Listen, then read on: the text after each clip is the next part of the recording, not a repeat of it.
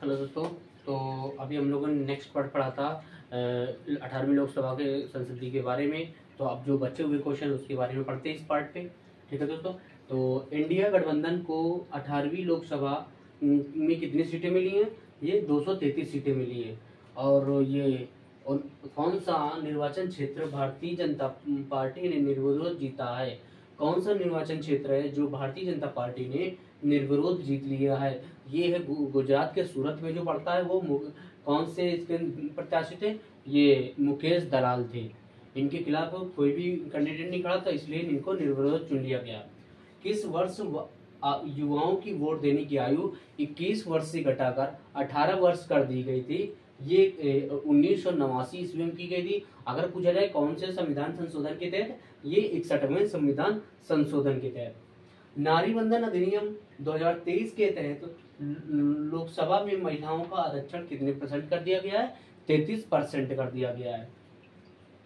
भारत में कितने निर्वाचन क्षेत्र हैं? अगर पूछा जाए भारत में कितने निर्वाचन क्षेत्र हैं? 543 हैं। लोकसभा भारत में लोकसभा के चुनाव किसके द्वारा कराए जाते हैं? अगर पूछा जाए भारत में लोकसभा के चुनाव यानी भारत में लोकसभा के चुनाव कौन कराता है? ये कराता है चुनाव आयुक्त कराता है। ठीक है। तो अगर पूछा जाए कौन से आर्टिकल के तहत कराता है, तो ये कराता है 324A के तहत। और अगर भाग पूछा जाए तो भाग 15वें के भाग के अंतर्गत आता है। कौन भारत के सबसे युवा सांसद बने हैं? अगर पूछा जाए कौन सबसे भारत के युवा सांसद बने हैं? पुष्पेंद्र सरोज, जो इनकी उम्र है 25 वर्ष। और ये कौन सी पार्टी से खड़े थे? और इनका पूछा जाए कौन सी पार्टी? इनकी समाजवादी पार्टी। एनडीए का फुल फॉर्म क्या होता है? National democratic alliance. अगर पूछा जाए एनडीए का फुल फॉर्म क्या होता है? National democratic alliance. UPA United progressive alliance. India अगर पूछा जाए इंडिया का फॉर्म क्या होता है? Indian national developmental inclusive alliance.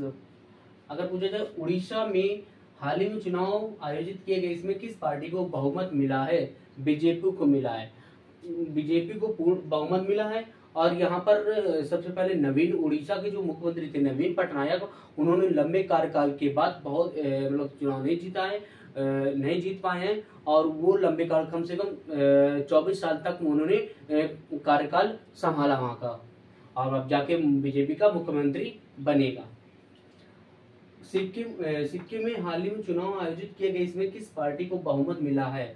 यानी सिक्किम क्रांतिकारी मोर्चा को। यहाँ सिक्किम में जो चुनाव आयोजित हुए थे सिक्किम में हुए हैं।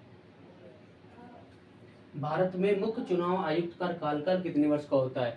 भारत में मुख्य चुनाव आयुक्त का कार्यकाल होता है 6 वर्ष होता है। और इसी के साथ आंध्र प्रदेश तेलंगाना में भी हुए हैं चुनाव, वहां पर टीडीपी ने जीते, यानी चंद्रबाबू नायडू ने, उनकी पार्टी ने अधिक सीटें जीती हैं। तो जो वहां के जो सीएम पद की है शपथ लेंगे वो चंद्रबाबू नायडू वहां के मुख्यमंत्री बनेंगे तब।